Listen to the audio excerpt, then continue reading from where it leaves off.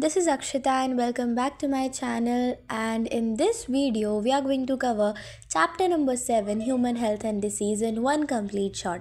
तो जैसा कि आप सभी को पता है कि हमारे चैनल पर चल रही है एक वन शॉट सीरीज़ जिसमें हम हर एक चैप्टर को करते हैं 50 मिनट से 1 आवर के बीच में ख़त्म। और जो इससे लास्ट वाली वीडियो मैंने डाली थी जो कि थी माइक्रोब्स वाले चैप्टर पर, वो तो हमने सिर्फ 30 मिनट्स में ही ख़त्म कर दिया था। तो चलिए फिर बिना किसी देरी के करते हैं शुरू इस वीडियो को। तो सबसे पहले, जैसा कि हमारे चैप्टर का नाम है ह्यूमन हेल्थ एंड डिसीज़, तो सबसे पहले ये जानते हैं कि ये हेल्थ टर्म क्या होती है। ठीक है, तो हेल्थ मतलब क्या हुआ, हम एक पर्सन को कब हेल्दी बोलते हैं कि हाँ this person is healthy when he is fit in all aspects. उसको कोई डिसीज़ ना हो, कोई इन्फेक्शन ना हो, वो फिज़िकली फ़िट हो, मेंटली इमोशनली हर एस्पेक्ट में वो फिट हो।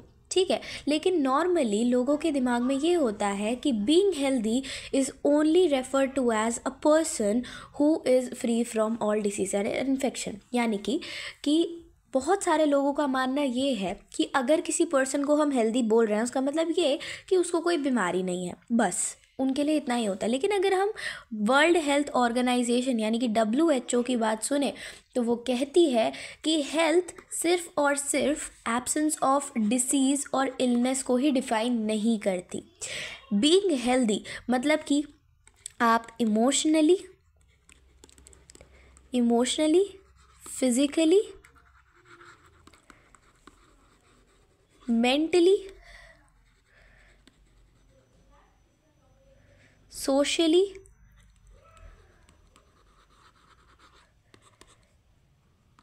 एंड एट्सेट्रा, मतलब आप हर एक एस्पेक्ट में फ़िट होने चाहिए हो।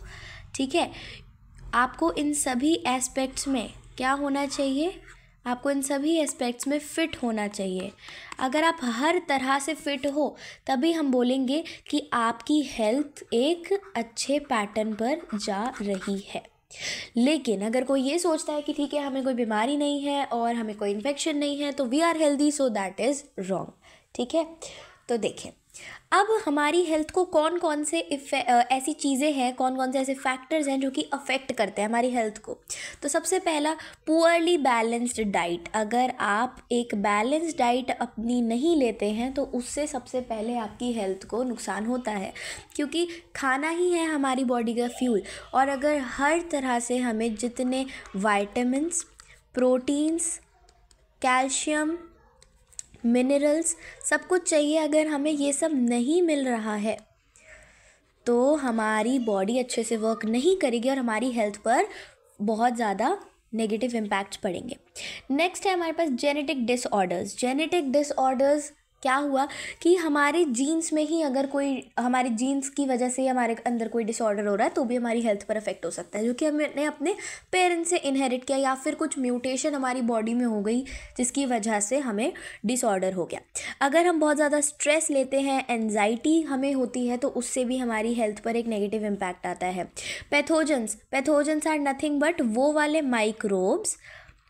माइक्रोब्स जो कॉज करते हैं इन्फेक्शन एंड डिसीजेस। ठीक है, तो वो वाले माइक्रोब्स जो आपको बीमार कर दें उनको बोलते हैं पैथोजेंस। लास्ट वीडियो में हमने माइक्रोब्स वाले चैप्टर में हमने पढ़ा था कि किस तरह से माइक्रोब्स हमारे लिए यूज़फुल होते हैं। इस चैप्टर में हम देखने वाले किस तरह से माइक्रोब्स हमारे लिए हार्मफुल होते हैं। ठीक है, इसके बाद नेक्स्ट फैक्टर है intake of unhealthy and unhygienic food. जैसे कि हम लोग खाते हैं जंक फूड, ठीक है, जिसमें आपका स्ट्रीट फूड वगैरह आता है, कितनी अनहाइजीनिकली वो बनाते हैं लेकिन फिर भी हम मज़े से खाते हैं, और प्लस वो अनहेल्दी भी है, तो इसकी वजह से भी हमें हेल्थ में प्रॉब्लम आ सकती है। और लास्ट फैक्टर है lack of exercise and other physical activities, कि आप सिर्फ और सिर्फ लेटे रहते हैं बेड पे, कोई काम नहीं करते, लेजीनेस। ये सारी चीज़ें क्या हैं, आपकी हेल्थ को बहुत जल्दी इम्पैक्ट करती है। रेगुलर एक्सरसाइज हमें ज़रूर करनी चाहिए। अब हम देखते हैं डिसीज़ेस क्या होता है। तो ह्यूमन हेल्थ वाला पार्ट हमने देखा, चैप्टर का नाम क्या है, ह्यूमन हेल्थ एंड डिसीज़ेस। ठीक है, तो हमने ह्यूमन हेल्थ वाले पार्ट को कर लिया है डन। अब हम देखेंगे कि डिसीज़ेस क्या होती हैं। तो देखिए डिसीज़ेस क्या है। डिसीज़ेस कोई भी एक एबनॉर्मल कंडीशन है जो कि किसी भी लिविंग ऑर्गेनिज्म को हार्म कर सके। सिर्फ ह्यूमंस को नहीं, किसी भी लिविंग ऑर्गेनिज्म को अगर कोई एबनॉर्मल कंडीशन हार्म कर रही है तो उसे हम बोलेंगे डिसीज़। ठीक है, दो तरह की डिसीजेज़ होती हैं, infectious and non infectious. Infectious जो एक दूसरे से फैल जाएं, ठीक है, अगर आपको है तो वो दूसरे को भी हो जाए। फॉर एग्जाम्पल कॉमन कोल्ड, अगर आपको कोल्ड है तो अगर आपके आसपास कोई बैठा है तो उसको भी कोल्ड हो जाएगा, है ना। और इसका एग्जाम्पल आप क्या कह सकते हो, इसके साथ साथ हम ले सकते हैं एग्जाम्पल कोविड-19 जो कि बहुत ही पॉपुलर है ना। देन कम्स नॉन इन्फेक्शियस कि ठीक है, अगर ये मुझे है तो ये मुझे ही रहेगा और किसी को मुझसे नहीं फैलेगा। फॉर एग्जाम्पल कैंसर, ठीक है। अब हम देखते हैं कि आगे क्या लिखा है। Pathogen such as bacteria, viruses, fungi, protozoa and helminths can cause diseases in humans by entering in the body, multiplying, interfering with the normal bodily functions. This often leads to damage and affecting both appearance and body functions. तो pathogens, पहले कौन कौन से तरह के pathogens हमें हमारी body में जा सकते हैं, बैक्टीरिया, वायरस, फंगी, प्रोटोजोआ, हेलमिंथ्स, ठीक है, और जाके हमारी बॉडी में कर सकते हैं डिसीज़। और ये डिसीज़ कैसे करते हैं, ये हमारी बॉडी में एंटर करके खुद का नंबर मल्टीप्लाई करते हैं पहले, और फिर हमारे नॉर्मल बॉडी फंक्शंस में इंटरफेयर करते हैं।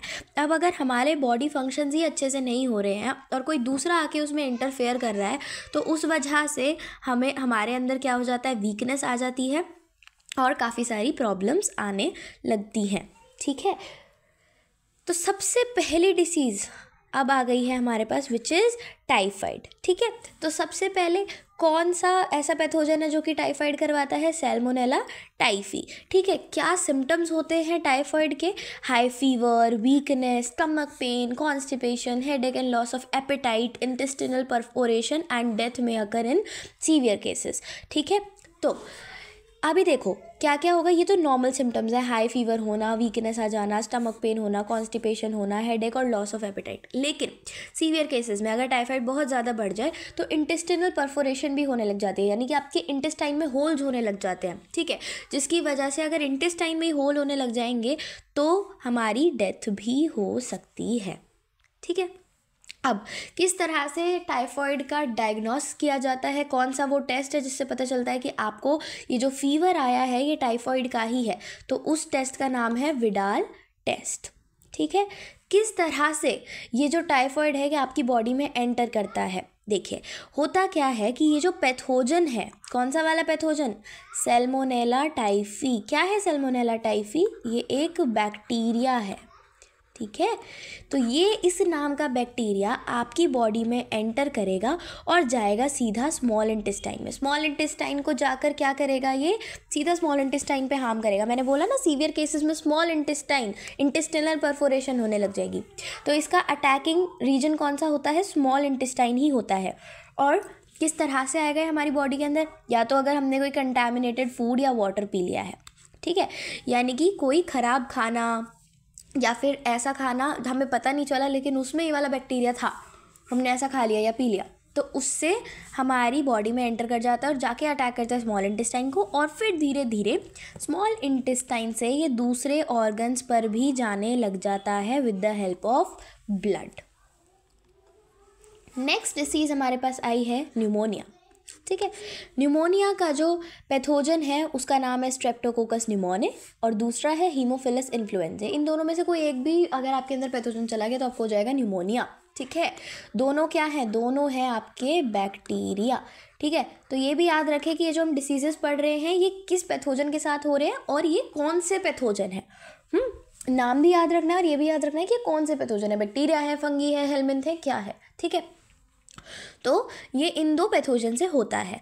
सिम्टम्स क्या है कि अब इसकी अटैकिंग साइट है एल्वियोलाई। ये इम्पॉर्टेंट पार्ट है क्योंकि आगे आप पढ़ेंगे कॉमन कोल्ड, उसमें हमें न्यूमोनिया और कॉमन कोल्ड में हो जाती है कन्फ्यूजन, ठीक है। तो न्यूमोनिया का अटैकिंग साइट कौन है, एल्वियोलाई, ठीक है। टाइफाइड की अटैकिंग साइट कौन था, स्मॉल इंटेस्टाइन, ठीक है। अटैकिंग साइट भी अच्छे से पढ़ते रहें। क्या होगा, एल्वियोलाई में फिल हो जाएगा फ्लूइड, ठीक है। अब एल्वियोलाई बैलून लाइक स्ट्रक्चर्स होते हैं, हमारे लंग में प्रेजेंट होते हैं, तो सबको पता है, ठीक है। और ये होते हैं साइट ऑफ एक्सचेंज। किसका एक्सचेंज करवाते हैं ये गैसेस का एक्सचेंज करवाते हैं। कौन सी गैसेस? O2 एंड CO2, ठीक है।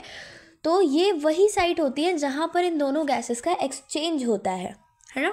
तो अगर हमारी साइट ही वो ख़राब हो जाए जहाँ पर ये सारा एक्सचेंज हो रहा है, तो हमें रेस्पिरेशन में प्रॉब्लम होने लग जाएगी, सांस लेने में भी प्रॉब्लम होने लग जाएगी, है ना। और हमारा ये जो पूरा प्रोसेस है रेस्पिरेशन का वो हार्म हो जाएगा। सिम्टम्स क्या क्या है? फीवर आएगा, चिल्स आएंगे, आपको कफ एंड हेडेक हो जाएगा, और अगर सीवियर केस हो जाए तो आपके लिप्स और फिंगर नेल्स ग्रे होने लग जाएं, ग्रे से ब्लूइश होने लग जाएंगे कलर में, यानी कि आपकी बॉडी नीली पड़नी स्टार्ट हो जाएगी अगर सीवियर केस हो जाए तो, ठीक है। किस तरह से ये ट्रांसमिट होता है आपकी बॉडी में? ये ड्रॉपलेट्स ऑफ इन्फेक्टेड पर्सन से ही हो जाता है। जैसे सपोज अगर किसी पर्सन ने आपके आसपास स्नीज कर दिया और उसके ड्रॉपलेट्स आपके नोज से आपके अंदर चले गए, तो आपको न्यूमोनिया हो जाएगा। यानी कि इस डिसीज़ को हम क्या इन्फेक्शियस डिसीज़ की कैटेगरी में डाल सकते हैं कि ये इन्फेक्शन फैलाती है ना।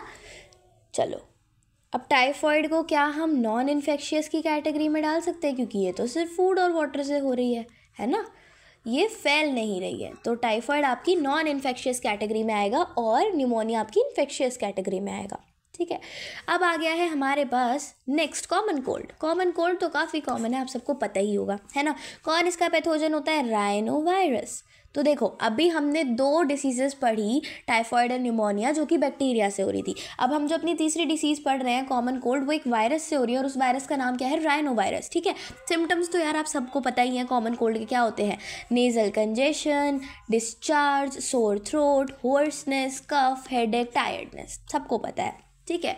मोड ऑफ ट्रांसमिशन क्या होता है इसका? ये भी पता ही है कि ये भी ड्रॉपलेट्स ऑफ इन्फेक्टेड पर्सन से होता है ना। तो कॉमन कोल्ड भी हम किस में डाल देंगे? इन्फेक्शियस डिसीज़ में डाल देंगे, ठीक है।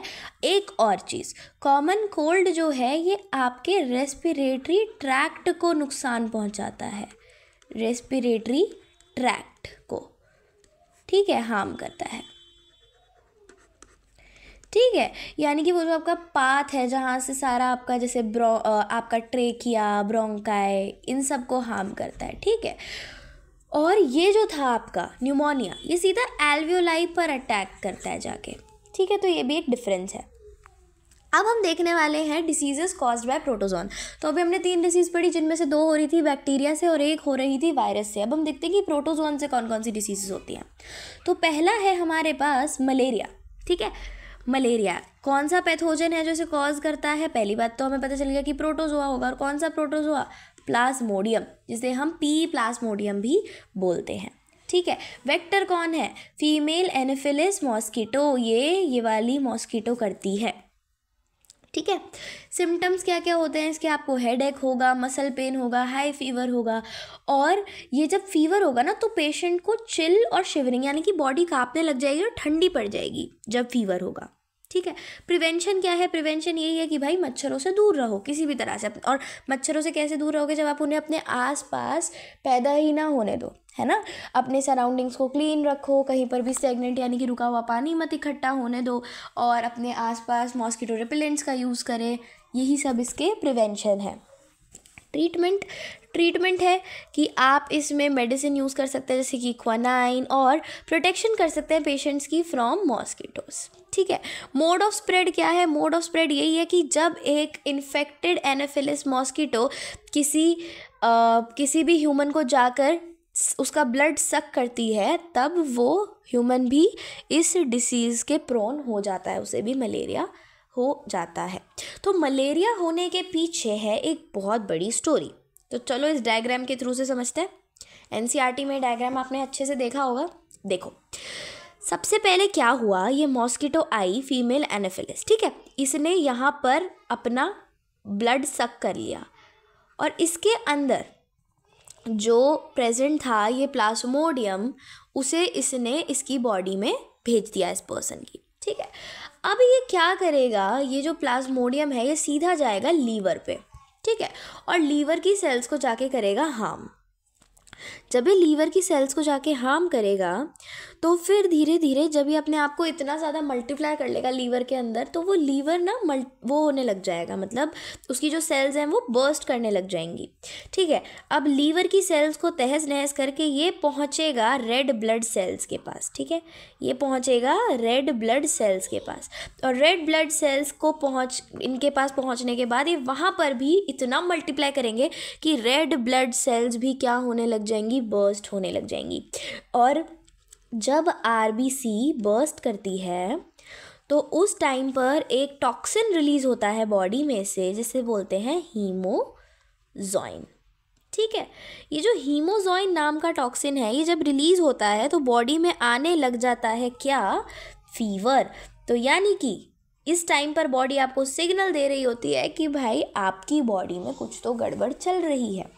ठीक है, उसके बाद आरबीसीज को बर्स्ट करने के बाद ये क्या करती है, अपने गैमीट्स बनाने लग जाती है। ठीक है, गैमीट्स बन भी जाते हैं, ये देखो यहाँ पे फीमेल गैमीट भी बन गया, मेल गैमीट भी बन गया। लेकिन क्या होता है कि ह्यूमंस के अंदर इनका फ्यूजन नहीं हो पाता है ना, इनका फ्यूजन नहीं हो पाता। गैमीट्स बन तो जाएंगे लेकिन गैमीट्स आपस में फ्यूज़ नहीं कर पाएंगे, तो इस वजह से ये प्रोसेस यहाँ पे रुक जाएगा। ये वेट करेंगे उसी ह्यूमन की सेल में, क्योंकि फ्यूज़ नहीं कर पा रहे हैं, है ना। अब क्या होगा, जैसे ही एक और ये एनाफिलिस आई जो कि अनअफेक्टेड है। ठीक है, ये अनअफेक्टेड फीमेल एनाफिलिस है, ये एनाफिलिस आई और ये अनअफेक्टेड है। इसने जैसे ही ब्लड को सक किया तो इस ब्लड के साथ कौन चला जाएगा, ये जो गैमीटोसाइट थे प्लाज्मोडियम के, ये इस मॉस्किटो के सलाइवरी ग्लैंड में जाकर इकट्ठे हो जाएंगे। ठीक है, और फिर क्या होगा, सलाइवरी ग्लैंड में इकट्ठे होंगे, लेकिन उससे पहले इन्हें जाना पड़ेगा इसके गट में, मॉस्किटो के गट में जाएंगे। वहाँ पर इन्हें स्वीटेबल एनवायरनमेंट मिलेगा, जिससे ये गैमीटोसाइट्स आपस में क्या हो जाएंगे, फ्यूज़ हो जाएंगे और एक नया प्लाज्मोडियम बनाएंगे, और फिर ये स्टोर हो जाएंगे कहाँ, सलाइवरी ग्लैंड में। और जैसे ही ये वाली फीमेल एनाफिलिस किसी और को जाकर बाइट करेगी, किसी और का ब्लड सक करेगी, तो इसके अंदर ये जो प्लाज्मोडियम है ये वापस से उस इंसान की बॉडी में चला जाएगा। ठीक है, तो यहाँ से एक इम्पॉर्टेंट क्वेश्चन आता है कि ये जो प्लाज्मोडियम है ना, प्लाज्मोडियम को दो होस्ट चाहिए होते हैं, किस लिए, अपनी लाइफ साइकिल को कंप्लीट करने के लिए। अगर ये दोनों होस्ट इसे ना मिले तो इसकी लाइफ साइकिल भी कंप्लीट नहीं हो पाएगी। ठीक है, ये फ्यूज़ ही नहीं कर पाएंगे आपस में, क्योंकि गैमीट्स मॉस्किटो की बॉडी में नहीं बन सकते। गैमीट्स कहाँ बन सकते हैं, ह्यूमन की बॉडी में। अब गैमीट्स ह्यूमन की बॉडी में बन सकते हैं लेकिन ह्यूमन की बॉडी में फ्यूज़ नहीं कर सकते, इसीलिए उसे वापस से कहाँ जाना पड़ेगा, मॉस्किटो की बॉडी में फ्यूज़ करने के लिए। ठीक है, तो प्लाज्मोडियम को दोनों होस्ट चाहिए होते हैं अपनी लाइफ साइकिल को कंप्लीट करने के लिए। ठीक है, अब हम आ गए अपनी नेक्स्ट डिसीज पे, विच इज़ अमीबियासिस। ठीक है, किससे होगी, ये होगी एंटा अमीबा हिस्टोलिटिका से। एंटा अमीबा हिस्टोलिटिका कौन है, ये एक प्रोटोजोअन है, और ये भी कहाँ अटैक करेगा, इंटेस्टाइन पर अटैक करेगा। ठीक है, तो अमीबियासिस देखो ना, अगर आपको डिसीज़ का नाम पता है अमीबियासिस, तो आपको इसका पैथोजन भी याद हो जाएगा, क्योंकि नाम में ही आ रहा है देखो इसके तो पैथोजन में, एंटा अमीबा हिस्टोलिटिका। ठीक है, सिम्टम्स क्या है, सिम्टम्स है देखो, अभी जो हमने इससे पहले वाली डिसीज़ पढ़ी कौन सी, मलेरिया, वो कहाँ जा रही थी, वो स्मॉल इंटेस्टाइन पर जाके अटैक कर रही थी, सॉरी वो जा रही थी लीवर पर, स्मॉल इंटेस्टाइन पे आपका टाइफाइड जा रहा था। ठीक है, तो जो आपकी ये वाली डिसीज़ है मलेरिया, ये कहाँ जा रही है, ये अटैक कर रही है लीवर पर, तो इसका अटैकिंग ऑर्गन कौन है, लीवर। इसी तरह से अमीबियासिस का अटैकिंग ऑर्गन कौन है, लार्ज इंटेस्टाइन। तो अमीबियासिस में ये जो एंटा अमीबा हिस्टोलिटिका है ये जाता है लार्ज इंटेस्टाइन के पास, फिर उसके जो म्यूकस मेम्ब्रेन होते हैं उसको तबाह कर देता है, जिसकी वजह से ब्लीडिंग होती है, अल्सर्स हो जाते हैं। अल्सर्स यानी कि बड़े बड़े ऐसे पोर्स आपकी बॉडी आपके इन उसमें लार्ज इंटेस्टाइन में हो जाएंगे। ठीक है, जिसकी वजह से पेशेंट को ब्लड आएगा और म्यूकस आएगा उसके स्टूल में, जब भी वो एक्सक्रीशन करने जाएगा। ठीक है, जब भी वो एक्सक्रीशन करने जाए, नॉट एक्सक्रीशन, जब भी वो अपना बाथरूम जाएगा तो उसके साथ क्या होगा, उसको ब्लड और म्यूकस देखने को मिलेगा। ऐसा क्यों हुआ? क्योंकि इस पैरासाइट ने जाकर म्यूकस मेम्ब्रेन को ही तबाह कर दिया, और उसके साथ साथ जब म्यूकस मेम्ब्रेन को इसने तोड़ा तो वहाँ से ब्लड भी निकल रहा है, तो एक्सक्रीटरा में हमेशा ये सब उसे देखने को मिलेगा, जिसकी वजह से उसके एब्डोमन में बहुत ज़्यादा पेन होगा, उसको फीवर होगा, नर्वसनेस होगी, नोजिया का उसको सामना करना पड़ेगा। मोड ऑफ ट्रांसमिशन क्या है इसका? मोड ऑफ ट्रांसमिशन है इसका कि जैसे ये जो इंटेस्टिनल डिस्चार्ज हो रहा है इन्फेक्टेड पर्सन का, ठीक है, वहाँ पर अगर कोई वेजिटेबल्स और फ्रूट्स उगाए गए, ठीक है, तो वो पैथोजन इनके अंदर भी एंटर कर जाएगा, और क्या होगा, अगर उन्हें अच्छे से वॉश नहीं किया गया, अच्छे से नहीं यूज़ किया गया, तो जो पर्सन उसे खाएगा उसको भी ये हो जाएगा। फिर कंटामिनेटेड वाटर अगर पी लिया, या फिर अगर डर्टी हैंड्स है आपके, आपने हाथ अच्छे से नहीं धोए और खाना खा लिया, तो उससे भी आपके अंदर आ सकता है। क्या प्रिवेंशंस हैं इसके? कि अच्छे से जो फीकल मैटर है उसका डिस्पोजल हो, ठीक है, ऐसे ही रिवर्स वगैरह में नहीं छोड़ दिया जाए, सीवेज ट्रीटमेंट अच्छे से हो पेशेंट का, ठीक है। इसके बाद जो वेजिटेबल्स हैं और फ्रूट्स हैं, अगर आप उनको कच्चा यूज़ कर रहे हैं तो उन्हें अच्छे से वॉश करें, है ना, और वाटर को भी पीने से पहले आप बॉयल करें, ठीक है। अब हम देखने वाले उन डिसीजेस को जो कि हेलमिन्स वॉर्म की वजह से होती हैं। सबसे पहली है एस्कैरियासिस, ठीक है। एस्कैरियासिस किसकी वजह से होती है? एक राउंड वॉर्म की वजह से होती है जिसका नाम है एस्कैरिस ल्यूम्ब्रिकॉइड्स, ठीक है। सिम्टम्स क्या है इसके? ये भी सीधा जाता है स्मॉल इंटेस्टाइन पे, ठीक है, और क्या करता है, बहुत ज़्यादा पेट में दर्द, नौजिया और कफ करता है। किस वजह से होता है? ये फूड से ट्रांसमिट होता है, कंटामिनेटेड फूड से, ठीक है। और जैसे अगर जिस सॉइल में वेजिटेबल्स और फ्रूट्स उगे हैं उसमें अगर इस एस्कैरिस के सिस्ट या एग्स प्रेजेंट थे तो ये उन वेजिटेबल्स के अंदर भी चला जाता है। उसके साथ साथ वही डर्टी हैंड से भी हो जाता है, और अगर आपने सॉइल को इंजेक्शन कर लिया सॉइल का तो भी हो जाता है। प्रिवेंशन क्या है इसका? कि ह्यूमन फीसेस को अच्छे से अंडरग्राउंड सीवर कैनल्स में करा जाए डिस्पोजल, और अच्छे से आप वेजिटेबल्स को, फ्रूट्स को वॉश करके खाएं, और अपने हाथों को अच्छे से धोएं। और वॉशिंग तो वेजिटेबल्स और फ्रूट्स की इसीलिए भी इम्पॉर्टेंट है क्योंकि काफ़ी सारे, जैसे अभी हमने ही देख लिया, कितनी सारी डिसीजेस हैं जो सिर्फ इसलिए हो जाती हैं कि अगर उस वॉर्म की वहाँ पर एग्स वगैरह प्रेजेंट है। तो अगर आप अच्छे से वॉश करके बॉईल करके उन्हें खाएंगे तो उससे क्या होगा कि जितने भी वॉर्म्स और गंदगी उसके आसपास होगी वो सब साफ हो जाएगी। नेक्स्ट है हमारे पास फिलेरियासिस, ठीक है। फिलेरियासिस का एक और नाम है जिसे बोलते हैं एलिफेंटियासिस। एलिफेंटियासिस, इसका नाम एलिफेंटियासिस क्यों है? क्योंकि ये आपके जहाँ भी होता है उसको बिल्कुल एलिफेंट की तरह, उस ऑर्गन को बिल्कुल एलिफेंट की तरह ग्रो करवा देता है। किस पैथोजन से होता है? वुकेरेरिया ब्रैंकॉफ्टी से ये होता है, ठीक है। और इसका वेक्टर है एक मॉस्किटो जिसका नाम है क्यूलेक्स मॉस्किटो। सिम्टम्स क्या है इसके? ये अटैक करता है लिम्फ को। लिम्फ क्या है? ब्लड के जैसा ही एक क्या होता है, ये सेल्स होती हैं, लेकिन इनके पास आरबीसी नहीं होती है ना, लैक आरबीसी, इसीलिए ये पेल येलो कलर के होते हैं, है ना। तो ये लिम्फ पर अटैक करता है और उनको कर देता है ब्लॉक, जिसकी वजह से बॉडी पार्ट्स जैसे कि लेग, स्क्रोटम, फुट, इन सब में क्या होने लग जाती है? स्वेलिंग होने लग जाती है, और स्पेशली ये एनलार्जमेंट लेग्स में देखी जाती है। इसी वजह से इस डिसीज़ का नाम हमने एलिफेंटियासिस भी रख दिया। प्रिवेंशन यही है कि भाई इस वेक्टर से बचिए, तो मॉस्किटो से बचना इज़ वेरी वेरी इंपॉर्टेंट। देखिए वरना इतनी खतरनाक बीमारी, ये देखो बिल्कुल इसने ऐसे स्वेलिंग कर दिया है। क्यों? क्योंकि इसने लिम्फ को जाकर क्या कर दिया? लिम्फ को कर दिया है ब्लॉक। अब जब लिम्फ को ब्लॉक कर दिया है तो अच्छे से यहाँ पर ट्रांसपोर्ट नहीं हो रहा है, जिस वजह से ये पूरा एरिया हो गया है क्या? स्वेल। और ये ऐसी बीमारी है जिसका पता भी नहीं चलता है, धीरे धीरे होने लग जाती है और एकदम से ऐसे ये स्वेल अप हो जाती है बॉडी।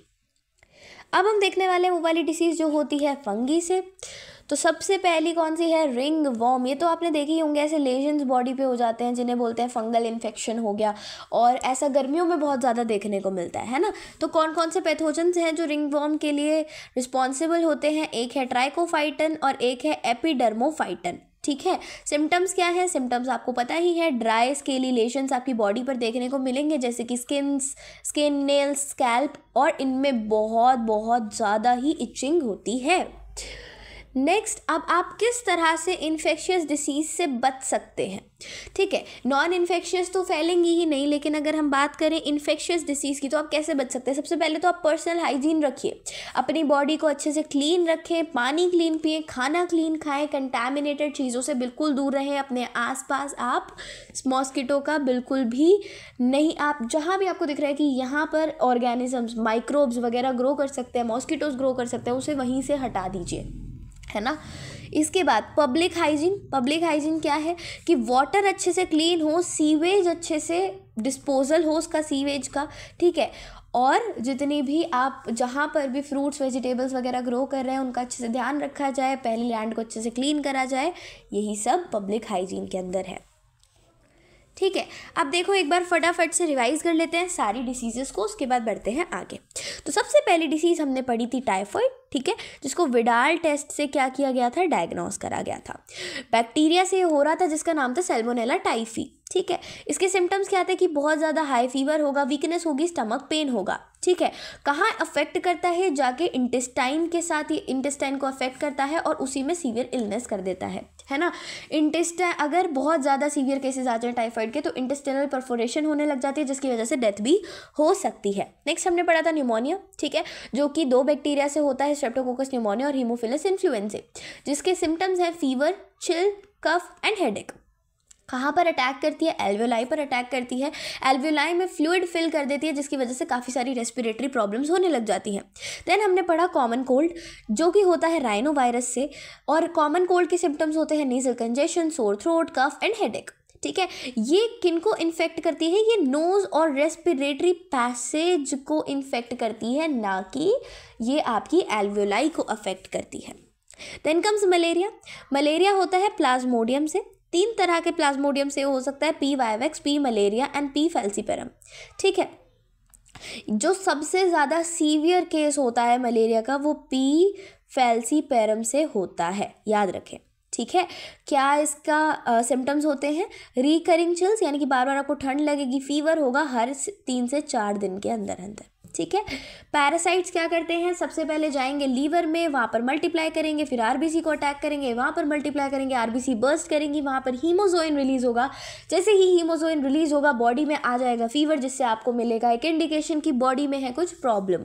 उसके बाद ये अपने गैमेटोसाइट्स प्रोड्यूस करेंगे, जो कि यहाँ पर फ्यूज़ नहीं कर पाएंगे, जिसकी वजह से ये दोबारा मॉस्किटो के अंदर जाएंगे, उसकी गट में जाके फ्यूज़ करेंगे और सलाइवरी ग्लैंड में अपने आप को स्टोर कर लेंगे। फिर ये मॉस्किटो जब किसी को भी जाके बाइट करेगा, ये फिर से उस ह्यूमन के अंदर चले जाएंगे, ठीक है।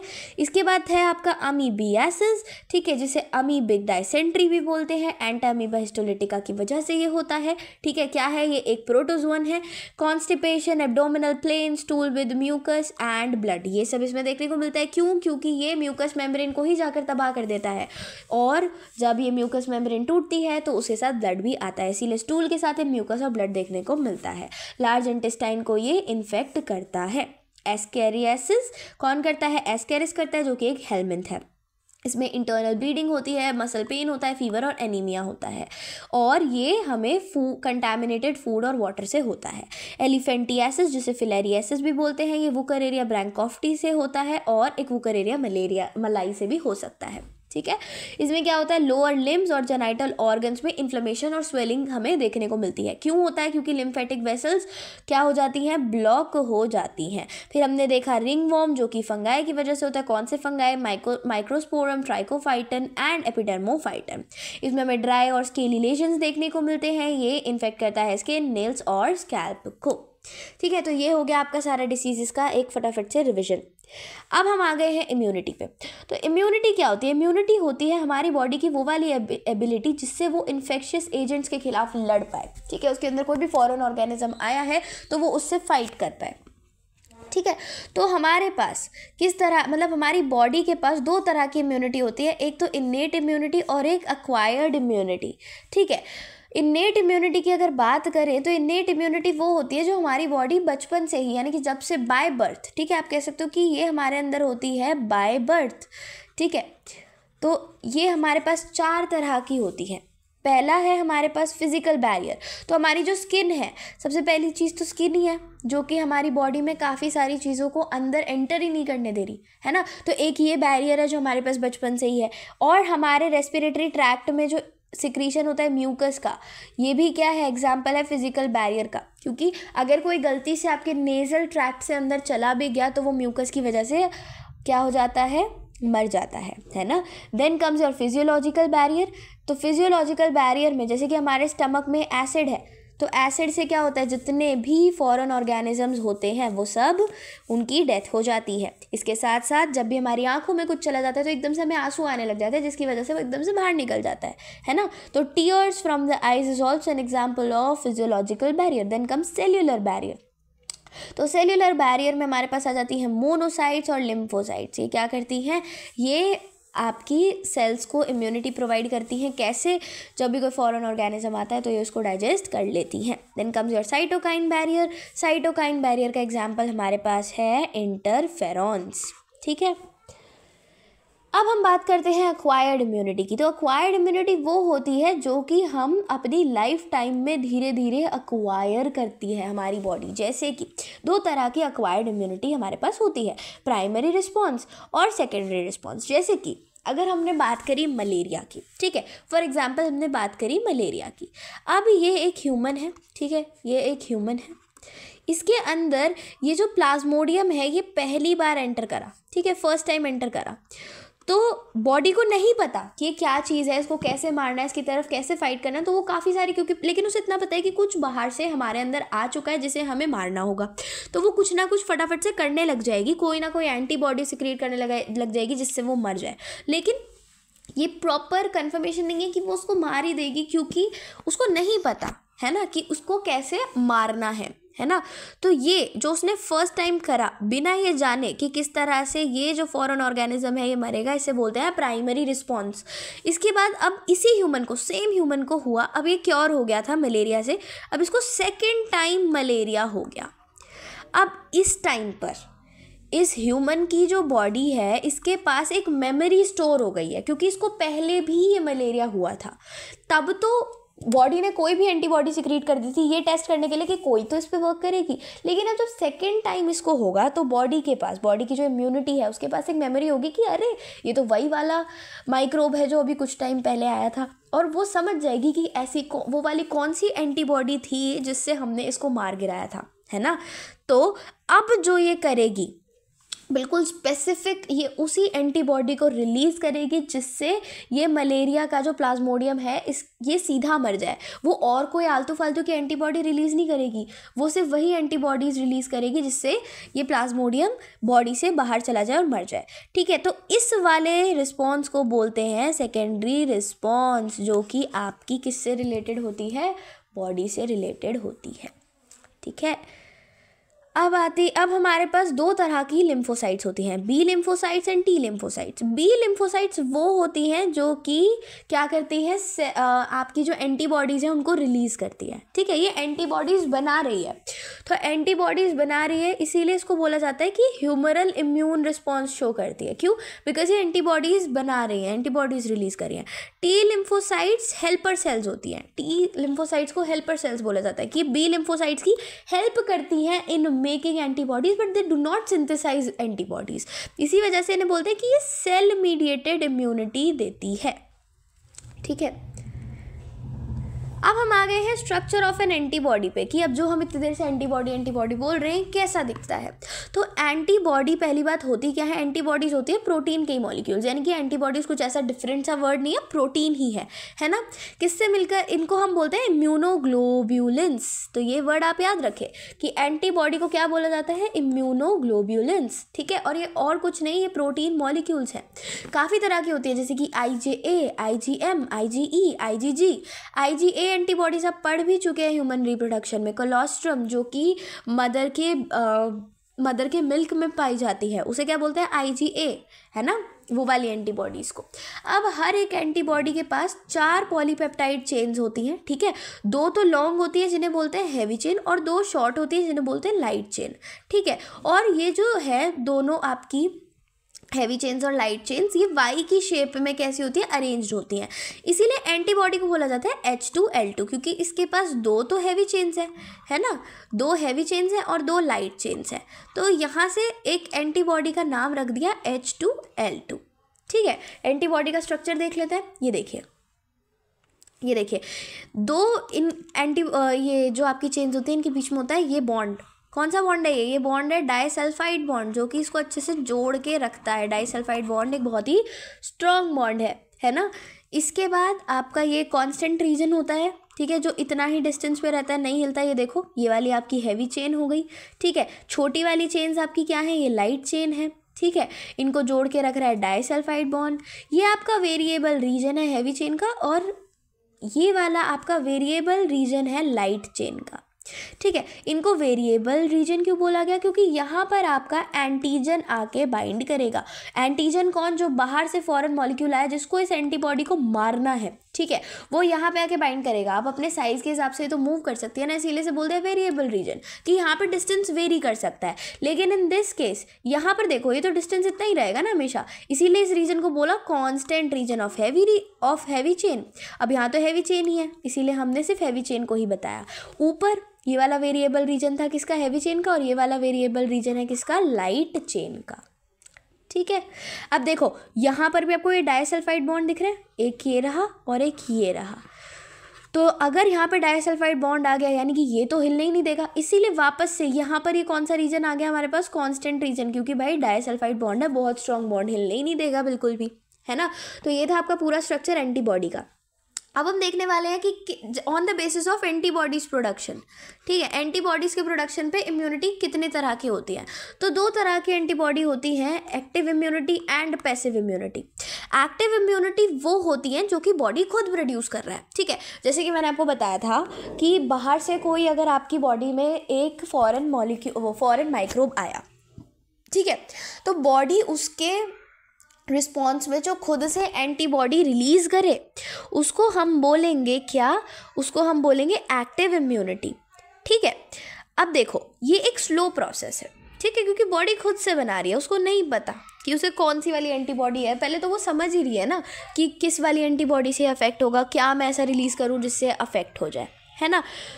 तो इसीलिए क्या होता है कि ये स्लो प्रोसेस है, लेकिन एक लॉन्ग लास्टिंग प्रोटेक्शन इससे मिल जाती है, क्योंकि अब इम्यून सिस्टम के पास ना क्या हो गई है, मेमोरी आ गई है कि भाई अब उसको समझ आ जाएगा कि जब ये वाला ऑर्गेनिज्म मेरे अंदर आएगा तो मुझे कौन सी वाली एंटीबॉडी बनानी है। तो फ्यूचर में अगर कभी भी ये मेरे अंदर आया तो फटाफट से बॉडी उसके खिलाफ वही वाली एंटीबॉडी बनाएगी और उसको बाहर निकाल देगी बॉडी से। तो स्लो प्रोसेस है, क्योंकि बॉडी को समझने में टाइम लग रहा है कि उसे कौन सी एंटीबॉडी बनानी है, लेकिन एक बार ये प्रोसेस कंप्लीट हो जाए तो क्या होगा, आप लाइफ टाइम के लिए उससे बच जाएंगे, आपको एक लॉन्ग लास्टिंग प्रोटेक्शन मिल जाएगी। ठीक है, then comes your passive immunity. Passive immunity readymade, ये वो वाली इम्यूनिटी होती है जो कि रेडीमेड हमें प्रोवाइड करी गई है, हमारी बॉडी में रेडीमेडली डाल दी। जैसे कि हमने बात करी थी कोलोस्ट्रम की, तो एक मदर जो होती है, मदर फीड करती है अपने बेबी को, है ना, मिल्क देती है, और उससे उसके अंदर जाती है IgA एंटीबॉडीज़। तो देखो मदर ने रेडीमेड एंटीबॉडीज़ को भेज दिया बेबी के अंदर। तो ये वाली जो इम्यूनिटी है ये क्या है, पैसिव इम्यूनिटी। ठीक है, क्योंकि आपको बनी बनाई एंटीबॉडी मिल गई तो ये क्या होगी, एक इमीडिएट प्रोटेक्शन होगी। ठीक है, बहुत जल्दी फास्ट एक्ट करेगी, लेकिन टेम्पररी होगी। टेम्पररी क्यों, क्योंकि एक बार अब आपने बाहर से दे दी एंटीबॉडी, वो कौन सा हमेशा रहेगी, हमने खुद तो सिंथेसाइज करी नहीं कि अगर ख़त्म हुई तो हमने दोबारा बना ली है, तो हमें बाहर से मिली थी। तो अब अगर हमें बाहर से मिली है, यानी कि अब अगर हमें दोबारा से ज़रूरत पड़ेगी तो हम दोबारा से यूज़ करेंगे, और धीरे धीरे करके एक टाइम ऐसा आएगा कि ख़त्म हो जाएगी, क्योंकि हम खुद तो सिंथेसाइज नहीं कर रहे। तो इसीलिए टेम्पररी है, लॉन्ग लास्टिंग नहीं है। ठीक है, और बॉडी अपने आप प्रोड्यूस नहीं करेगी, क्योंकि उसे कोई मेमोरी थोड़ी बनी है, उसकी कोई बाहर से एंटीजन थोड़ी आया था जिसके खिलाफ बॉडी ने सिंथेसाइज करा। ये तो हमें फटाफट से क्या प्रोवाइड कर दी गई, एंटीबॉडी की, आप यूज़ कर लो। ठीक है, तो फास्ट है बट टेम्पररी है। अब इसके एग्जाम्पल अभी मैंने आपको बताया कैसे, कि अगर एक मदर अपने बेबी को फीड कर रही है तो उस टाइम पर जो एंटीबॉडी वो उसके अंदर पास करेगी, they are the example of passive immunity. ठीक है, और अगर आपको एंटीबॉडी इंजेक्शंस दिए जा रहे हैं तो वो भी एग्जाम्पल है पैसिव इम्यूनिटी का। अब ऑटो इम्यूनिटी क्या होती है? ऑटो इम्यूनिटी होती है जब आपकी खुद की सेल्स ही क्या करने लग जाए, आपकी खुद की सेल्स ऐसी एंटीबॉडीज़ बनाने लग जाएं कि अपने ही सेल्स और टिश्यूज़ क्या होने लग जाएं, डिस्ट्रॉय। उसको बोलते हैं ऑटो इम्यूनिटी, यानी कि बॉडी खुद की ही दुश्मन बन जाए तो उसको बोलेंगे ऑटो इम्यूनिटी। इसका एग्जाम्पल है रूमेटॉइड आर्थराइटिस। ठीक है, अब हम देखने वाले हैं लिम्फॉइड ऑर्गन्स। तो लिम्फॉइड ऑर्गन्स क्या होते हैं? ये वो वाले ऑर्गन्स होते हैं जहाँ पर ये जो लिम्फोसाइट्स हैं ये बनती हैं और मैच्योर होती हैं। तो प्राइमरी लिम्फॉइड ऑर्गन वो है जहाँ पर लिम्फोसाइट प्रोड्यूस हो रही हैं, ठीक है, और मैच्योर हो रही हैं। इसका एग्जाम्पल है बोन मैरो एंड थाइमस। और सेकेंडरी लिम्फॉइड ऑर्गन वो है जहाँ पर ये लिम्फोसाइट्स को मौका मिलता है एंटीजेंस के साथ फाइट करने का। इसके एग्जाम्पल है spleen, lymph nodes, tonsils, pure patches of mucosal और एसोसिएटेड लिम्फोसाइट टिश्यूज, जिसे हम बोलते हैं माल्ट। ठीक है, बहुत इंपॉर्टेंट है। एग्जाम्पल्स के साथ आपको एक एक चीज़ यहाँ पर याद होनी चाहिए। Then comes vaccination. वैक्सीनेशन क्या होती है कि जब हम बॉडी को प्रोटेक्ट कर दें किससे? कम्युनिकेबल डिसीजेस से। ठीक है, कम्युनिकेबल डिसीजेस यानी कि वही इन्फेक्शियस डिसीजेस जो एक से दूसरे को हो सकती है। तो जब हम उससे हमारी बॉडी को प्रोटेक्ट कर दें तो उसको बोलते हैं वैक्सीनेशन। ठीक है, जिनको नॉर्मली हम क्या बोलते हैं? वैक्सीन्स। ठीक है, अब इनमें होता क्या है? देखो, जैसे दोबारा से मलेरिया पे आ जाते हैं। ठीक है, मलेरिया पे आ जाते हैं। अब क्या हुआ, हमने लिया प्लाज्मोडियम को, जिससे मलेरिया हो रहा है, हमने लिया प्लाज्मोडियम को। ठीक है, लेकिन इस प्लाज्मोडियम को या तो हमने क्या कर दिया? डेड कर दिया, मार दिया। ठीक है, और हमने इसको क्या कर दिया? वीक कर दिया। मतलब अगर ये बॉडी के अंदर चला भी जाए ना तो ये कुछ नहीं कर सकता। ठीक है, इसको लिया, इसको डाला किस में? वैक्सीन में, और एक ह्यूमन के अंदर इसको हमने इंजेक्ट कर दिया with the help of vaccine. ठीक है, वैक्सीन के थ्रू हमने एक ह्यूमन के अंदर इंजेक्ट कर दिया इस वीकेंड और डेड प्लाज्मोडियम को। अब ह्यूमन के लिए तो ये एक क्या है? ये एक फॉरेन मटेरियल है ना। तो क्योंकि ये एक फॉरेन मटेरियल है तो यहाँ पर शुरू हो जाएगा प्रोडक्शन किसका? एंटीबॉडीज़ का। प्रोडक्शन शुरू हो जाएगा एंटीबॉडीज़ का। अभी इसको नहीं पता क्योंकि इसके पास कोई मेमोरी थोड़ी है कि अगर ये प्लाज्मोडियम आपके पास आ जाए तो आप क्या करोगे। तो बस ये ना फटाफट से बहुत सारी एंटीबॉडीज़ बनाने लग जाएगा और ये देखेगा कि कौन सी वाली वर्क करेगी। अब ऐसी जैसे ही वो वाली एंटीबॉडी बन जाएगी, जिससे ये बॉडी से बाहर निकल जाए, हमारा ह्यूमन की जो इम्यूनिटी है वो समझ जाएगी कि अब मेरे पास आ गई है मेमोरी। अगर ये प्लाज्मोडियम मेरे अंदर दोबारा आया तो मैं इसी वाली एंटीबॉडी को रिलीज़ करूँगी जिससे ये फटाफट से मर जाएगा। ठीक है, तो ये बात थी जब आपके अंदर वैक्सीन ने ये वाला ऑर्गेनिज्म एंटर करा। अब बात करी हमने कि अब एक्चुअल में आपके अंदर प्लाज्मोडियम आ गया, वैक्सीन का काम ख़त्म। अब आपके अंदर एक्चुअल वाला स्ट्रॉन्ग वाला प्लाज्मोडियम आ गया जो मलेरिया कर सकता है। ये गया ह्यूमन के अंदर, किसकी हेल्प से? वेक्टर की हेल्प से। वेक्टर कौन? Female Anopheles. ठीक है, ह्यूमन के अंदर चला गया। अब क्योंकि इस ह्यूमन की जो इम्यूनिटी है उसके पास है मेमोरी, ठीक है, उसके पास है मेमोरी, तो वो क्या करेगी? वो उन्हीं वाली एंटीबॉडीज़ को रिलीज़ करेगी जिससे ये प्लाज्मोडियम मर जाए। तो यानी कि विदाउट वेस्टिंग एनी टाइम ये वही वाली एंटीबॉडीज़ को रिलीज़ करेगी जो कि डायरेक्टली अटैक करेगा, है ना, डायरेक्टली इस पर अटैक करेगा और इसको मार देगा। तो बॉडी को सोचने की भी ज़रूरत नहीं है और इतने में अटैक भी नहीं कर पाएगा जितने में बॉडी इसको ख़त्म कर चुकी होगी। So this is the advantage of vaccination. ठीक है, ये पूरा प्रोसेस है कि वैक्सीनेशन क्या करती है और उसका क्या एडवांटेज होता है। तो ये ना वैक्सीनेशन बेसिकली मेमोरी सिस्टम पे काम करती है। ठीक है, मेमोरी सिस्टम पे ये काम करती है। अच्छा, अब ये बहुत कन्फ्यूजन होती है कि वैक्सीनेशन और इम्यूनाइजेशन को ना लोग सेम समझ लेते हैं। So there is a difference between vaccination and immunisation. देखिए, होता क्या है, वैक्सीनेशन एक प्रोसेस है, एक तरीका है जिससे हम इम्यूनाइजेशन को अचीव करते हैं। ठीक है, ये वो प्रोसेस है और इम्यूनाइजेशन एक फाइनल रिजल्ट है, ये कोई प्रोसेस नहीं है। This is the final result. ठीक है, यहाँ पर क्या होता है, जैसा कि मैंने आपको बताया, किल्ड माइक्रो ऑर्गेनिज्म को यहाँ पर इंजेक्ट किया जाता है बॉडी में। और यहाँ पर क्या होता है इम्यूनाइजेशन में कि जो इम्यूनिटी है वो क्या करती है, वो जो इम्यूनिटी है वो वर्क करती है अगेंस्ट दिस एंटीजन। ठीक है। अब यहाँ क्या हो रहा है, एंटीबॉडीज़ प्रोड्यूस हो रही हैं खुद के इम्यून सिस्टम की हेल्प से, और यहाँ पर क्या हो रहा है, हमें ज़रूरत पड़ रही है वैक्सीन की, ताकि भाई वैक्सीन कुछ करे यहाँ पे, अब हमारे अंदर कुछ रिलीज़ करे और हमारी जो इम्यूनिटी है वो फटाफट से उसके खिलाफ एंटीबॉडीज़ बनाए।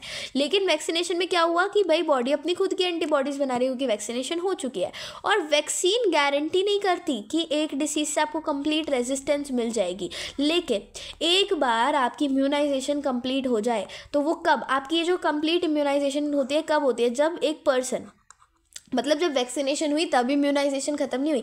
अब जब एक्चुअल में जिस चीज़ की वैक्सीनेशन थी, जैसे कि मैंने बताया मलेरिया की, सपोज मलेरिया की वैक्सीनेशन थी, तो अब जब दोबारा इस पर्सन को एक्चुअल मलेरिया होगा, अगर उस टाइम पर ये अपनी बॉडी की हेल्प से रिकवर कर गया तो हम बोलेंगे कि इम्यूनाइजेशन इज़ कंप्लीटेड।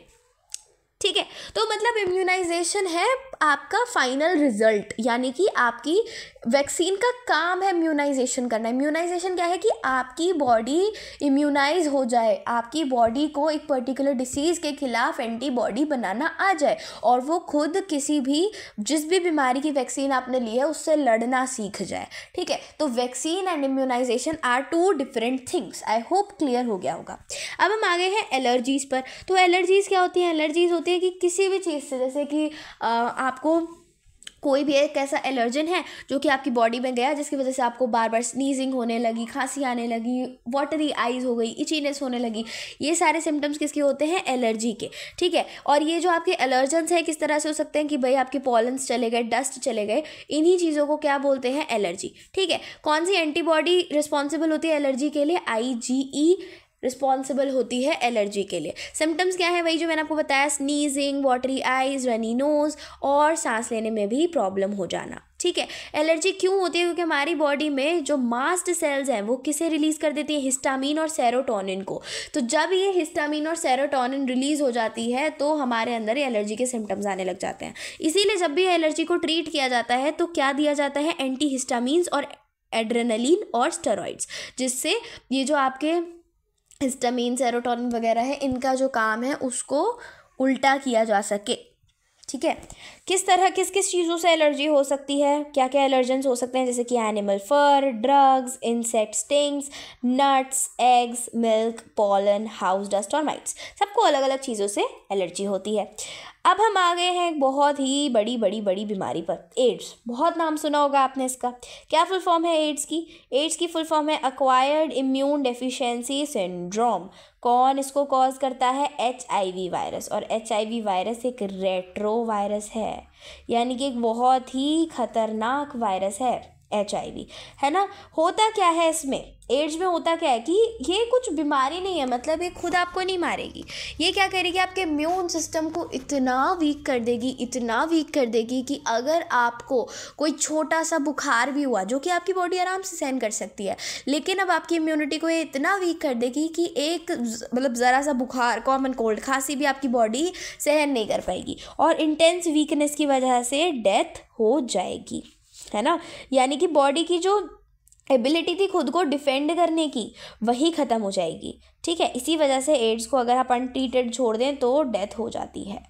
ठीक है, एड्स के पेशेंट को इसीलिए ज़्यादा से ज़्यादा एंटीबॉडीज़, इम्यूनाइजेशन उसकी की जाती है, ताकि क्योंकि एड्स फटा जाता है और सीधा इम्यूनिटी पर ही अटैक करता है ना। किस वजह से ये HIV होता है, ये होता है, देखो मेन रीज़न होता है इसका ब्लड ट्रांसफ्यूजन। अब ब्लड ट्रांसफ्यूजन जिस भी तरह से हो रहा है, ठीक है, या फिर आप कह सकते हो कि फ्लूइड ट्रांसफ्यूजन, ठीक है, बॉडी का कोई भी फ्लूइड अगर कांटेक्ट में आ रहा है तो आपको HIV हो जाएगा। तो सेक्सुअल इंटरकोर्स, ठीक है, direct contact with of a person with the blood of an infected individual, जैसे कि लड़के सैलून वगैरह में जाते हैं, वहाँ पर जो ब्लेड है, अगर ये वो सेम ब्लेड किसी ऐसे पर्सन को यूज़ किया गया जिसको ऑलरेडी एड्स था और फिर उसको बिना चेंज करे किसी अनअफेक्टेड पर्सन को यूज़ कर दिया गया, तो ब्लड ट्रांसफ्यूजन हो गया, जिसकी वजह से HIV हो जाएगा। इसके बाद जो इन्फेंट्स हैं उसको डायरेक्टली मदर से हो सकता है, वोम्ब की हेल्प से, क्योंकि भाई वहाँ पर तो ब्लड ट्रांसफ्यूजन हो ही रहा है प्रेगनेंसी के दौरान, तो बच्चे को भी हो जाएगा। ऑल्सो अगर उसका बर्थ हो गया, ठीक है, बर्थ हो गया, उसके बाद ब्रेस्ट फीडिंग की वजह से भी इन्फेंट को हो सकता है। ठीक है, अब at the time of birth अगर ब्लड ट्रांसफ्यूज हो जाए उस टाइम पर भी क्या हो सकता है, उसको HIV स्प्रेड हो सकता है। किस तरह से कॉज किया जाता है ये, मतलब होता क्यों है, तो होता क्या है, देखो HIV सेल में जाता है होस्ट की, ठीक है, सेल में जाके ये एंटर करता है मैक्रोफेजेस में, इसीलिए मैक्रोफेजेस को ना HIV फैक्ट्री बोला जाता है, क्योंकि यहीं पर जाके अपना मेन काम शुरू करता है। ठीक है, तो सेल में गया, सेल में जाके मैक्रोफेजेस में एंटर कर गया, यहाँ पर ये अपने RNA को एंटर करवाता है और उसे रेप्लिकेट करवाता है। फिर देखो, आप मॉलिक्यूलर बेसिस ऑफ इनहेरिटेंस में पढ़ोगे कि RNA से DNA बनता है, ठीक है, ट्रांसक्रिप्शन की हेल्प से। लेकिन एक ऐसा प्रोसेस होता है जो कि वायरस फॉलो करता है, जो कि होता है रिवर्स ट्रांसक्रिप्शन। उसमें क्या होता है, RNA से DNA बनता है, तो ये वही करता है, RNA को भेजा, फिर RNA को रिवर्स ट्रांसक्रिप्शन की हेल्प से क्या करवाता है, DNA में चेंज करवा देता है। अब इसके पास हो गया वायरल DNA, फिर ये इस DNA को बोलता है कि जाओ और सेल को कंट्रोल करो। ठीक है, अब ये जो वायरल DNA है ये कंट्रोल करता है सेल को और प्रोड्यूस करवाता है सारी की सारी इन्फेक्टेड डॉटर सेल्स। अब ये इन्फेक्टेड डॉटर सेल्स प्रोड्यूस हो रही हैं, यानी कि आपकी सेल्स बढ़ती जा रही हैं, कौन सी, HIV वाली सेल्स। ठीक है, यहाँ पर ये जो मैक्रोफेजेस है ये वायरस को प्रोड्यूस करे जा रहा है और फिर ये एंटर करता है हेल्पर T सेल्स में, इसका अटैकिंग साइट होती है हेल्पर T सेल्स। फिर ये क्या करता है, हेल्पर T सेल्स को ख़त्म करने लगता है धीरे धीरे, ठीक है, और इनका नंबर बॉडी में कम करने लगता है। अब अगर T लिम्फोसाइट्स का नंबर कम हो गया तो ये क्या है, ये हेल्पर सेल्स हैं, यही तो हेल्प करती हैं B लिम्फोसाइट्स के एंटीबॉडीज़ बनाने में। तो क्या होगा, एंटीबॉडी प्रोडक्शन भी कम हो जाएगा और अल्टीमेटली आपका जो इम्यून सिस्टम है वो वीक हो जाएगा। तो ये थी पूरी स्टोरी अबाउट योर HIV। देखो डायग्राम से समझते हैं, ये रेट्रोवायरस आया HIV, ठीक है, इसका ये वायरल प्रोटीन कोट है और ये इसका RNA है। ठीक है, इसने नॉर्मल सेल को इन्फेक्ट किया, अपना RNA अंदर भेज दिया। ठीक है, ये क्या है, ये आपकी मैक्रोफेज ही है। ठीक है, RNA अंदर भेजा, अब RNA ने क्या बना दिया, रिवर्स ट्रांसक्रिप्टेज की हेल्प से DNA बना लिया। ठीक है, अब ये जो वायरल DNA है ये होस्ट के जीनोम के साथ जाके मिल गया, यानी कि न्यूक्लियस में पहुंच गया। अभी तक तो साइटोप्लाज्म में हो रहा था सब कुछ, अब ये गया न्यूक्लियस में जाके इसने क्या बोला इस न्यूक्लियस को कि भाई अब मैं काम करूँगा, आप हट जाओ, आपका जो पुराना वाला जीनोम था इसे भूल जाओ। ठीक है, और ये नया वायरल RNA प्रोड्यूस करेगा। ठीक है, ये नया वायरल RNA प्रोड्यूस करेगा और फिर यहाँ पर नए वायरसेस बनने शुरू हो जाएंगे। अब ये नए वायरसेस जाकर और सेल्स को इन्फेक्ट कर सकते हैं। किस तरह से एड्स को डायग्नोस किया जाता है, ये होता है एलाइजा की हेल्प से, जिसका नाम है एंजाइम लिंक्ड इम्यूनोसॉर्बेंट टेस्ट। किस पर वर्क करता है, एंटीजन एंटीबॉडी इंटरैक्शन पर ये वर्क करता है। ठीक है, अब आ गए हैं हम एक और बहुत ही खतरनाक सी डिसीज़ पर, दैट इज़ कैंसर। तो देखो, कैंसर अगर बोला जाए तो एक तरह का ट्यूमर ही होता है। ठीक है, ये एक तरह का ट्यूमर होता है, लेकिन ट्यूमर ना दो तरह के होते हैं, बेनाइन और मेलिग्नेंट। ठीक है, बेनाइन वाला ना इतना खतरनाक नहीं होता, मतलब इससे आप सर्वाइव कर सकते हो आराम से, क्योंकि ये कन्फाइंड रहता है एक ही जगह पर। मतलब ये ना, अगर ये गले में हुआ है तो ये सिर्फ गले में रहेगा, वहाँ से फैलेगा नहीं। ठीक है, तो उसको बोलते हैं बेनाइन ट्यूमर, तो ये ज़्यादा खतरनाक नहीं होता। लेकिन जो कैंसर होता है वो होता है मेलिग्नेंट ट्यूमर मतलब कि ये डिवाइड करता है, इस ट्यूमर की सेल्स डिवाइड करती रहती हैं और नई नई लोकेशन पर जाकर इन्फेक्ट करती रहती हैं, बढ़ता रहता है।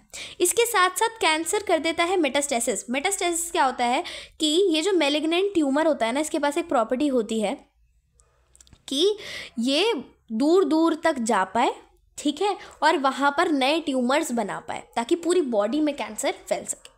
ठीक है, कार्सिनोजेंस क्या होते हैं, कार्सिनोजेंस वो वाले एजेंट्स होते हैं जिनसे कैंसर होता है, for example X rays and UV rays. Cancer का डिटेक्शन कैसे होता है, कैंसर का डिटेक्शन होता है with the help of radiography, computer tomography, magnetic resonance imaging यानी कि MRI। ठीक है, अब देखो नॉर्मल सेल्स और कैंसर सेल्स में क्या फ़र्क होता है। नॉर्मल सेल्स की यूनिफॉर्म शेप और साइज़ होती है, कैंसर सेल्स की तो कैसी भी शेप हो सकती है। साइटोप्लाज्म बहुत छोटा सा होगा, इरेगुलर सा न्यूक्लियाई होगा, है ना, और अलग अलग सी शेप होंगी।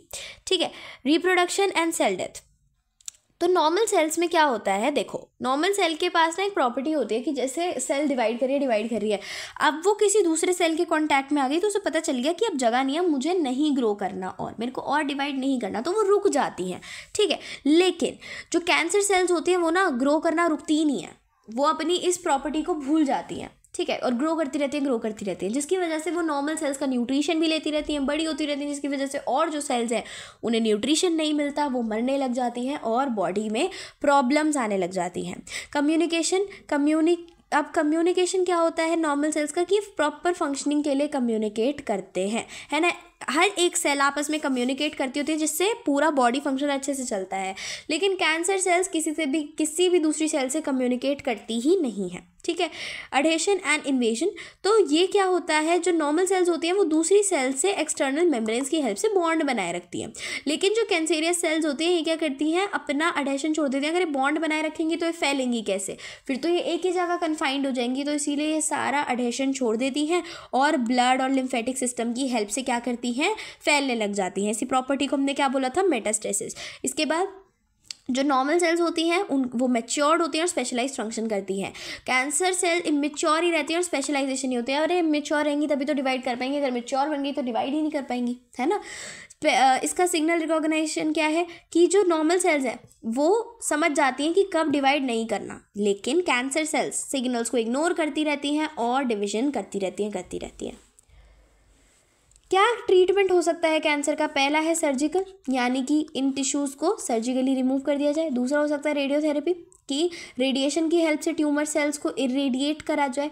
तीसरा होता है कीमोथेरेपी, यानी कि जो ड्रग्स हैं उनको यूज़ किया जाए जिससे कैंसेरियस सेल्स मर जाए, लेकिन कीमोथेरेपी बहुत हार्मफुल होती है जिसकी वजह से हेयर लॉस और एनीमिया हो जाता है। देन कम्स इम्यूनोथेरेपी, कि पेशेंट्स को अल्फा इंटरफेरॉन दिया जाए जिसकी वजह से उनका जो इम्यून सिस्टम है वो एक्टिवेट हो पाए और बॉडी में क्या बने, एंटीबॉडीज़ बने ज़्यादा से ज़्यादा, जिससे ये जो ट्यूमर है ये डिस्ट्रॉय हो पाए। थोड़ी सी एक्स्ट्रा नॉलेज ले लेते हैं। देखो हम अलग अलग तरह के कैंसर्स देख लेते हैं, जैसे कि कार्सिनोमा क्या होता है, वो वाला कैंसर होता है जो कि स्किन में स्टार्ट होता है, ठीक है, या फिर उस लाइनिंग पे स्टार्ट होता है जो कि इंटरनल ऑर्गन को क्या कर रही है, कवर कर रही है, ठीक है। इसके बाद सार्कोमा वो होता है जो कि बोन, कार्टिलेज, फैट, मसल्स ऐसी जगह पर होता है। ल्यूकेमिया कौन सा होता है, ब्लड, जो वाइट ब्लड सेल्स में कैंसर होता है उसे बोलते हैं leukaemia. Then comes lymphoma and myeloma, ये वाले वो कैंसर्स होते हैं जो इम्यून सिस्टम पर होते हैं, उन सेल्स पर होते हैं जो कि इम्यून सिस्टम में हेल्प कर रहे हैं, ठीक है। Then brain and spinal cord cancer, जो कि आपके ब्रेन और स्पाइनल कोड में होते हैं, इनको सेंट्रल नर्वस सिस्टम कैंसर्स बोला जाता है। Not in your syllabus, just for extra knowledge. अच्छा, अब हम आ गए हैं इस चैप्टर के लास्ट पार्ट में, ठीक है। तो एक पॉजिटिव नोट से इसे स्टार्ट करते हैं। देखो अब हम पढ़ने वाले हैं ड्रग्स एंड अल्कोहल अब्यूज़ के बारे में। ये चीज़ आपको हमेशा याद रखनी है कि ड्रग्स तो हमें बिल्कुल भी यूज़ करने ही नहीं है, क्योंकि ड्रग्स ऐसी चीज़ें हैं कि अगर आपने एक बार लेनी शुरू कर दी तो आपकी डेथ होनी निश्चित है, क्योंकि ये एक ऐसा एडिक्शन है कि आप चाह के भी नहीं छोड़ पाएंगे और आपकी धीरे धीरे लिमिट बढ़ती जाएगी कि मुझे और चाहिए, और एक टाइम ऐसा आएगा कि आपकी बॉडी एक्सेप्ट ही नहीं कर पाएगी, और अगर आप छोड़ने की भी कोशिश करेंगे तो आप छोड़ ही नहीं पाएंगे, क्योंकि आपका एडिक्शन इतना बढ़ चुका है कि अगर आपको वो चीज़ नहीं मिलेगी तो आप नहीं सरवाइव कर पाएंगे। तो भाई हमेशा याद रखें, से नो टू ड्रग्स, चाहे कुछ भी हो जाए ड्रग्स को छूना भी नहीं है, क्योंकि ड्रग्स आर अल्टीमेटली डेथ। भाई डेथ का सिनोनिम ही है ड्रग, ठीक है। देखो दोनों ही डी से स्टार्ट हो रहे हैं, तो दूर रहें अगर आपको अपनी लाइफ प्यारी है तो। चलिए ड्रग्स एंड अल्कोहल के बारे में पढ़ते हैं। तो देखते हैं कि किस किस तरह के ड्रग्स होते हैं, कैसे प्रोड्यूस होते हैं। तो पहले होते हैं ओपियोइड्स, ठीक है।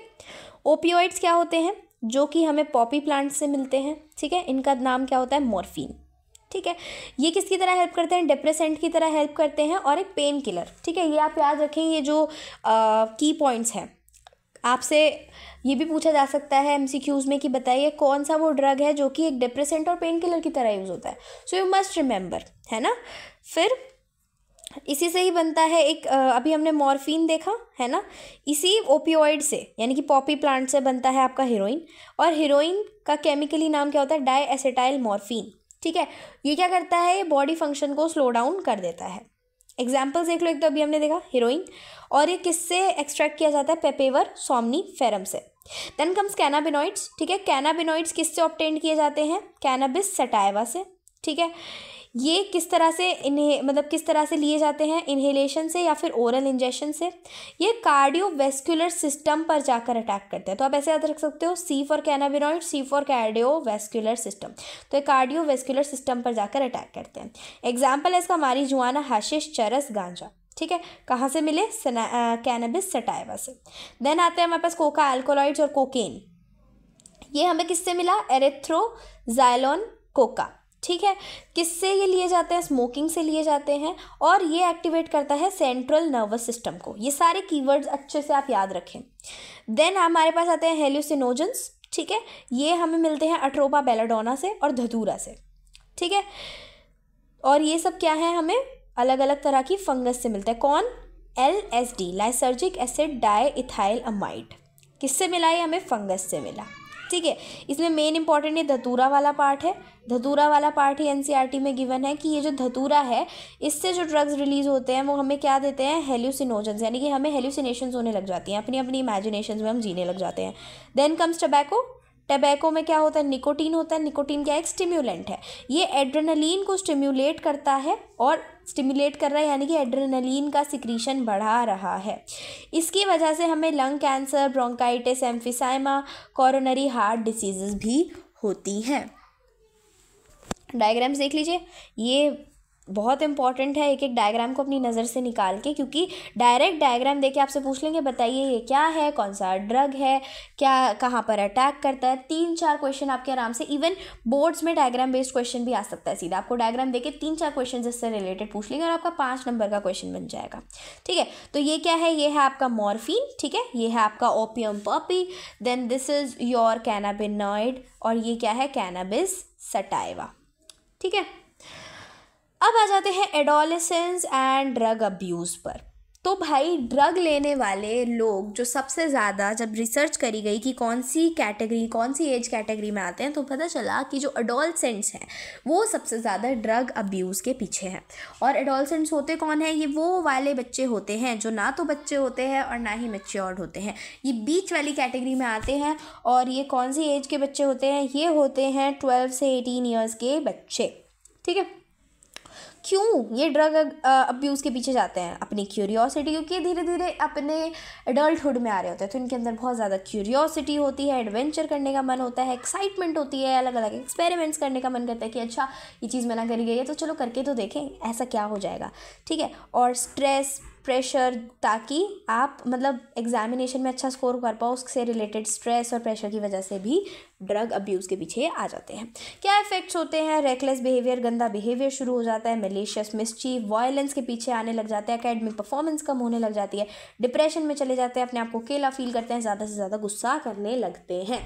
क्या प्रिवेंशन है? कि पेरेंट्स को अच्छे से अपने बच्चों को समझना चाहिए, उन पर कोई प्रेशर नहीं डालना चाहिए, टीचर्स को भी अच्छे से बच्चों को समझाना चाहिए, इन सारी चीज़ों से इंट्रोड्यूस करना चाहिए, काउंसलिंग होनी चाहिए। अगर आपको लग रहा है आपका बच्चा कहीं गलत जा रहा है तो उसको काउंसलिंग दिलवाइए, अच्छे से अच्छी एजुकेशन दिलवाइए, उस पर कोई प्रेशर ना डालें, एकेडमिक प्रेशर ना डालें। और अगर आपको लगे बच्चों की तरफ से कि भाई अगर आपको लग रहा है कि मुझे कोई प्रॉब्लम है, मुझे डिप्रेशन फील हो रहा है कुछ भी, तो आप अपने टीचर्स, पेरेंट्स या फिर जो भी आपको लगता है कि आपकी बातें उस बंदे के साथ सेफ़ हैं तो उससे ज़रूर शेयर करें। और अगर तब भी कुछ नहीं होता तो प्रोफेशनल और मेडिकल हेल्प लें। आपके लिए बहुत लोग खड़े हैं, यू आर नेवर अलोन। तो जब भी आइसोलेटेड फील हो, to share your things with your parents, क्योंकि आपको ऐसा लगता है आपके लिए कोई नहीं है, but there are many people for you who are constantly waiting for you. और आप अपनी लाइफ को ऐसे ही किसी गलत चीज़ में नहीं झोंक सकते, क्योंकि हमारी लाइफ हमसे ज़्यादा हमारे पेरेंट्स की और जो लोग हमसे प्यार करते हैं उनकी होती है ना। तो हमारी लाइफ इज़ वेरी प्रीशियस। हो सकता है हमारे लिए ना हो, लेकिन हमारे आसपास के लोग जो हमारी केयर करते हैं, हमारे लिए इतना सब करते हैं, उनके लिए तो ऑफ कोर्स है। तो इन चीज़ों को ध्यान में रखते हुए कभी भी कोई गलत कदम ना उठाएं, ड्रग्स को बिल्कुल यूज़ ना करें और हमेशा खुश रहें। कोई चीज़ हो तो ठीक है, नहीं हो तो डिप्रेशन में बिल्कुल भी ना जाएं। So on this motivational note this chapter is completed. I hope आपको एक एक चीज़ अच्छे से पसंद आई होगी, वीडियो अच्छी लगी होगी। तो अगर आपको अच्छी लगी हो तो कमेंट्स में ज़रूर बताना, वीडियो को लाइक करना, चैनल को सब्सक्राइब करना, अपने फ्रेंड्स के साथ ज़रूर शेयर करना। नेक्स्ट चैप्टर कौन सा चाहिए वो भी बताना, कोई इम्प्रूवमेंट लगे तो वो भी ज़रूर बताना। So that's all from my side.